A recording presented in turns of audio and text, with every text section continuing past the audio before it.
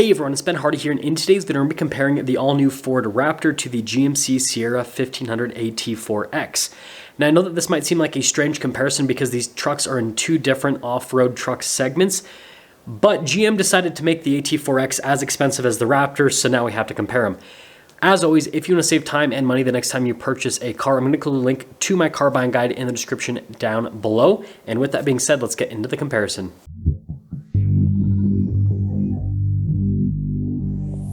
Starting under the hood of the Raptor, we have a twin-turbo 3.5-liter V6 that goes through a 10-speed automatic transmission. It's good for 450 horsepower and then 510 pound-feet of torque. And something I want to mention about this transmission is it is extremely smooth to shift and very quick as well. Now, going from that to the AT4X, we have a naturally aspirated 6.2-liter V8 that goes through a 10-speed automatic transmission. It's good for 420 horsepower and then 460 pound-feet of torque. Now, with this transmission, it's more tuned towards the luxury side of things, it seems like. So it's still smooth, but it's not nearly as quick as the Raptor. And then also axle ratios. The AT4X is a 3.23, whereas the Raptor is a 4.10. Now, popping back to the front end of the Raptor, this has a 35 package, which has around 12 inches of ground clearance. If you get the 37 package, which you can get as an option, you have over 13 inches of ground clearance. You got tire options with the Raptor.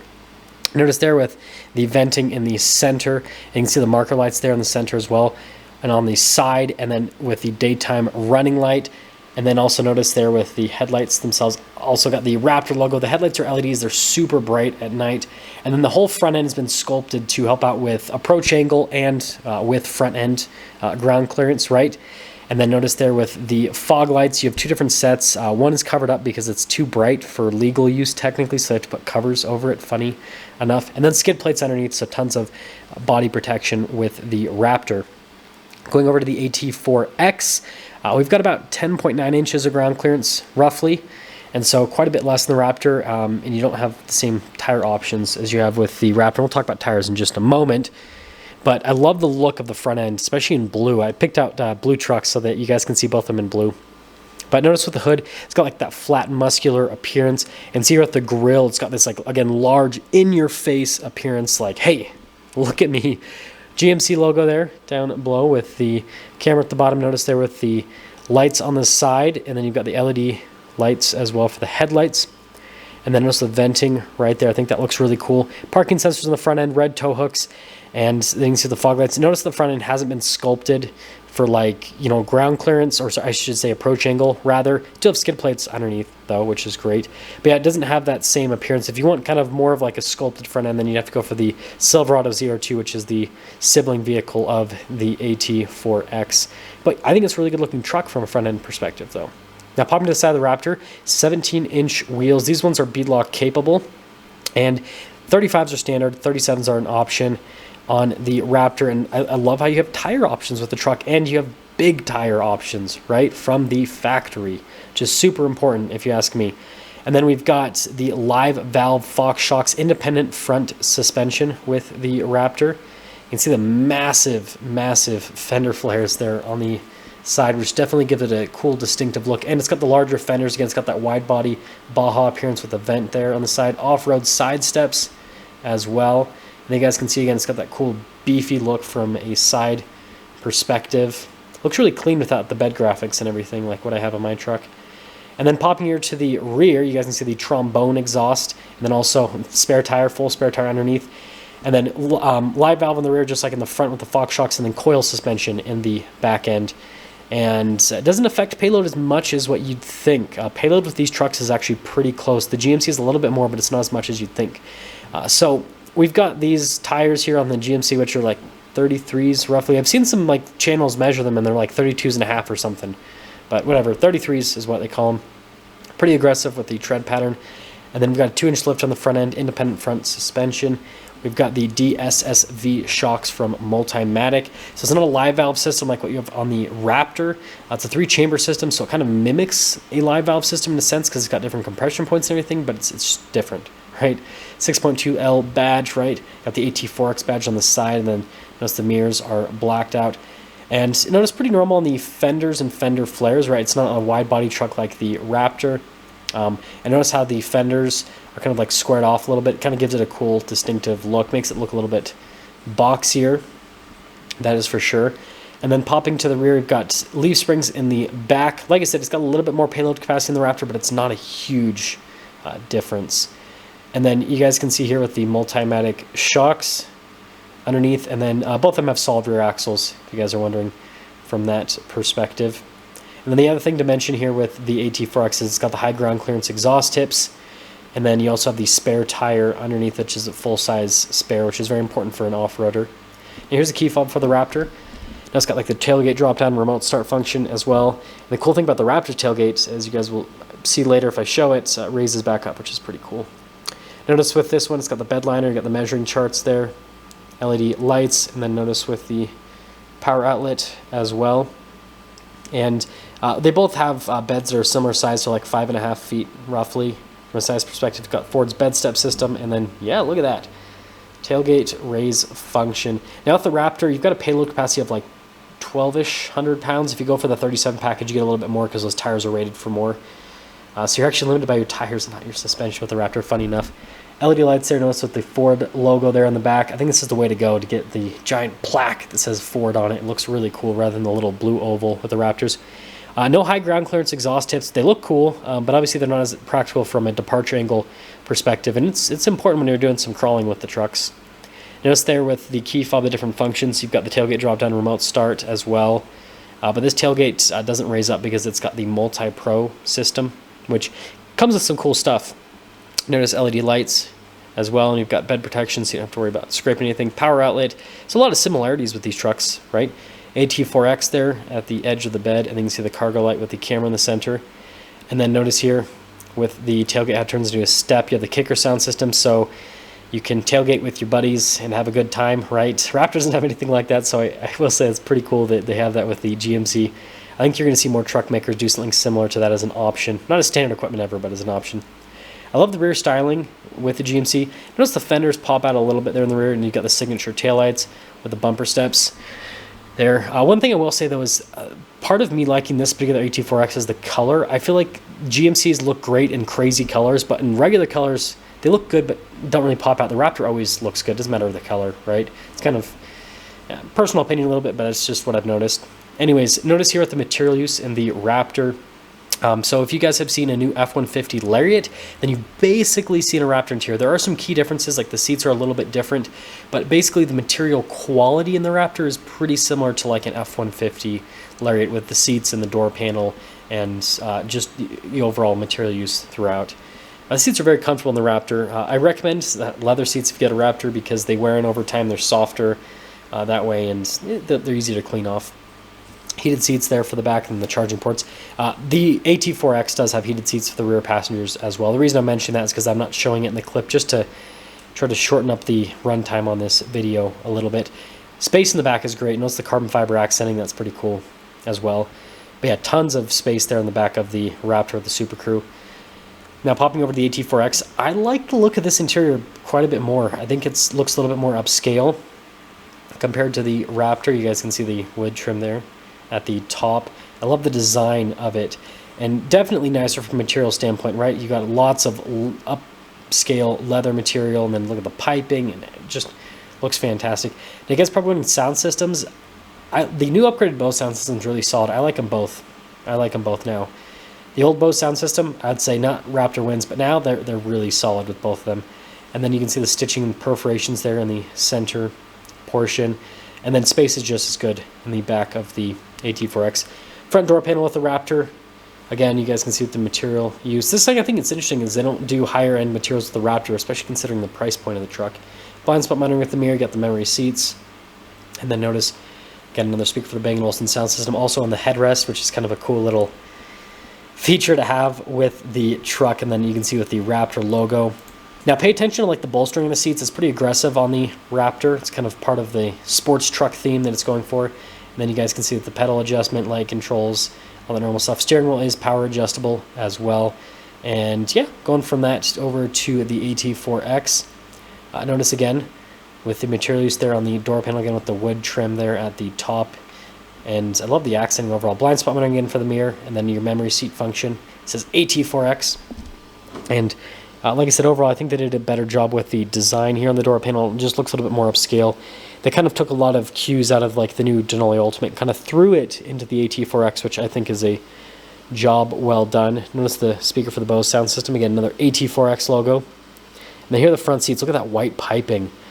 That looks fantastic. Again, perforations all down the center portion. Really cool design. Got your power adjustments. Massaging seats as well, which is cool with the AT4X. Raptor doesn't have that. And then notice with the light controls, and then you've got like your drive line and drive mode select right next to it. They both have 4-wheel auto as well as 4-wheel high and 4-wheel low. I have, kind of experienced both of the 4-wheel drive systems off-road because I took the 02 off-road.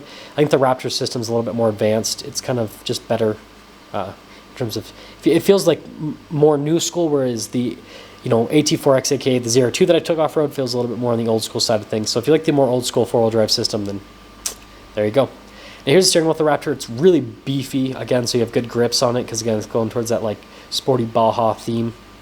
You got the marker at the top to kind of go along with that theme. Massive paddle shifters, really nice from a material standpoint with those, so it actually feels good to use them. And the transmission's super responsive. Also notice you got adaptive cruise control and you got lane centering assistance. And the reason I'm mentioning that is like, I manually shift to my Raptor all the time. And that when I did that 02 off-road, which has the same transmission as the AT4X, I didn't really want to because it's kind of slow to respond with the shift times with the paddles. So kind of understand that. Turn signal windshield wiper stock as well. And then you guys can see here with the center gauge cluster. First off, there's lots of customization. So this has the new R mode, which is new for 22, which is your custom drive mode that you basically set the truck whatever you want. And then when you get in, boom, you just put it to your R mode, and then the truck will have it go to what you have it set at, which is pretty cool. Now there's tons of customization with the Raptor. You can change the steering anywhere from like, normal to comfort to sport to off-road, suspension as well, the shocks rather, and then also the exhaust. So basically you have like your on-road and your off-road, and then your sporty with all the exhaust, the steering, and the shocks, and you can customize all of it on the fly. Tons of different drive modes as well with the Raptor. The main ones that you'll use normal for day-to-day use, and then you use the Baja obviously for a lot of that high-speed off-roading, and then if you do some rock crawling, right, the rock crawl mode works great to just throw everything together, right, lock the rear end, 4-wheel low, all that kind of stuff. And so yeah, there's quite a bit of customization from a drive mode perspective with the Raptor, which is pretty cool. Now going over the center infotainment system, I love how it looks like a part of the dash and also horizontally opposed. And the camera system on the Raptor is fantastic, really good resolution. With the camera system, there's tons of different camera viewpoints for towing, but then also for off-road use as well. And so they've just done a really good job with the overall integration resolution, and it helps out a lot. I've done quite a few trails with my Raptor now, and I have to say that the camera systems helped me out quite a bit, especially on the narrow stuff. Now as for the rest of the infotainment system, response time's great. You got the shortcut bar there at the bottom, and then you got that auxiliary screen off to the side. Pretty easy to use. Basically Ford just took their like their prior biggest screen and then kind of just extended it out a little bit. It's the best way to look at this infotainment system. And then it does have stuff like off-road cruise control, and then you can turn off display control and all that. The off-road cruise control is overpowered for off-roading. I'll kind of talk about that a little bit later. And then you can see the driveline system. Notice we just have a rear locker on the Raptor. Trailer brake controls are up above. And then it's also your drive mode select system as well, which is pretty cool. And then the new 22 Raptors have trail turn assist. The 21s don't, which is sad. And you guys can see here with the dual zone climate controls, and then heated cooled seats for the front heated steering wheel.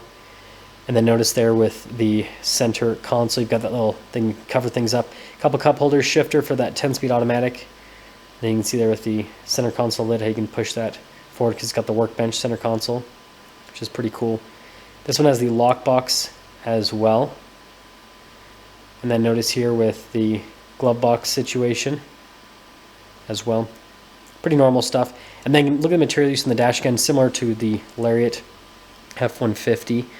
And then popping up to the top, you got the power sliding window, and then we have a bunch of auxiliary switches for different items to add to the truck, and then panoramic sunroof on top of that, which is great. And then going from that over to the AT4X, it's got a digital gauge cluster just like the Raptor. Pretty cool. Now here's the steering wheel. I think the steering wheel looks great. One thing to mention though is I feel like the Ford steering wheel looks a little bit more upscale compared to the GMCs. There's just a lot of plastic on the steering wheel. The plastic face just doesn't look great. And the paddle shifters too. They should have done nicer materials, and that would have definitely helped out with the appearance of the steering wheel. Turn signal windshield wiper stock. But yeah, it's a solid system. I love the gauge cluster. I think they did a good job with the animation on it. Overall, it looks great. It looks modern. Keeps up with the Raptor. Notice the different drive modes. Main thing is you got an off-road and terrain mode. So you don't have as many drive modes as the Raptor. You also have a tow haul mode. But, you don't need a ton of drive modes, right? And so it's nice that they just keep it simple with the AT4X. And overall, yeah, I think they did a good job with that whole setup right there. Going to the infotainment system horizontally opposed, it does look like it's plopped on a little bit more than the Raptors, because the Raptor looks like it's like integrated. But the camera system, you guys know I've been commenting on this. This is a little bit better in my opinion because they have more shots, especially of the like look at that views, and then also the tires as well. Like everything that you could need from a shot perspective. So with the Raptor, I mean, off-roading is always good to have a spotter, but like the Raptor, I feel like in certain situations, yeah, I definitely need a spotter. Whereas this, you want to have a spotter just in case, but at the same time, you're like, it's got so many camera views that I could probably spot myself. Same thing with the infotainment system. They basically just have this auxiliary tab off to the side, but it's their normal screen, but just bigger. Really, it's funny that manufacturers doing that, just have a bigger screen. Heated, cooled seats, heated steering wheel, dual zone climate. They're all the same. They're the same from that perspective as well. And then you guys can see all the functions down below. So like your lane departure, parking sensors, auto stop, start, tailgate drop down. And then you've got the hazard lights right next to that, right, with the stability control, hill descent control. Notice we've got front and rear lockers with the AT4X, whereas the Raptor, again, only had a rear locker. We'll talk about that, though, in a moment. But, yeah, really, really cool with all the physical buttons instead of having to dive into, like, a million different menus just to find things. So I like that they have a ton of physical buttons with the AT4X. And I guess having, lockers like that, a little bit more of an old school system in a sense. Again, that's kind of like the theme of the off-road tech with the AT4X. Is it's not necessarily like the most modern with the systems, which is great for reliability, right? So notice again with the material use, again, looks really high end. And then with center console, again, and then notice the storage space inside of it. And yeah, they did a good job with that whole setup. And dual glove box, just like the Raptor. But again, look at the dash. It looks a lot nicer, a lot more upscale from a material perspective. So I think they did a great job with that. And at the top of the dash too, just a lot more coverage. So they've definitely won from a material standpoint with the interior on the AT4X, at least in my opinion. And then you also do get a heads-up display, which you cannot get on the Ford whatsoever, which I guess Ford needs to step up the game a little bit, right? And then notice with the sunroof, just a regular sunroof, no panoramic, power sliding window. And you guys can see the controls for like the garage door opener, really nice headliner. And then you also do have a camera mirror, which you cannot get in the Ford whatsoever. So that's another bit of safety tech that this has over the Ford, right? But let's fully sum things up. So first off, from a price point perspective, if you get a loaded Raptor with 35s, you're about $78,000, $79,000 roughly, before market adjustment. We'll talk about that. And then with the AT4X, you're about $77,000 fully loaded roughly. So they're pretty much the same price. Now here's the deal. A lot of people are going to be commenting, well, the AT4X is the more practical on-road truck. Well, here's the deal. The Raptor with the new live valve and the coil suspension is smoother on-road if you get the 35 package than the AT4X. Right, because the AT4X still uses leaf springs. The Multimatic shocks are great. It's still a very smooth luxury ride, but I'd have to say the Raptor is smoother. Now, from a towing capacity perspective, yes, the AT4X has more payload, more towing, but it's not a huge amount more. It's just a little bit more. It's not as much as you would think that it would be. Off-road, right, the Raptor has all of the advantages. It has bigger tires, more ground clearance, and despite the fact that it doesn't have a front locker, it has the Torsen front differential, which pretty much acts like a front locker. And so the Raptor, if it can fit down a trail, it can crawl down it. Now the AT4X is slightly narrower, so it can technically fit down more terrain, but they're both full-size trucks, and so they're both going to pretty much fit down the same terrain, roughly. So the Raptor wins from an off-road perspective, and then on-road, there are a few things going in the AT4X's favor, like nicer interior, higher towing capacity, higher payload capacity, massaging seats, again, more luxury features. So again, if you want more of a luxury truck, AT4X. If you want a super comfortable truck, frankly, that is pretty much just as luxurious and more capable off-road, then the Raptor is going to give that to you. And here's what I have to say is, at MSRP, I'm going to buy the Raptor. But dealers are marking up Raptors crazy amounts. Now, I'm sure there's some markups on the AT4X, but I don't think it's going to be as bad as the Raptor. I bet you'll be able to find AT4Xs at certain places at MSRP, potentially, especially with things slowing down a little bit, whereas Raptors are going to continue to be $10,000 to $20,000 to $30,000 over sticker. And so at $10,000 over sticker, the Raptor doesn't make sense anymore compared to the AT4X. I'd get the AT4X at that point. And so that's kind of my thoughts on it. I'm interested to hear what you guys have to say, and there you go.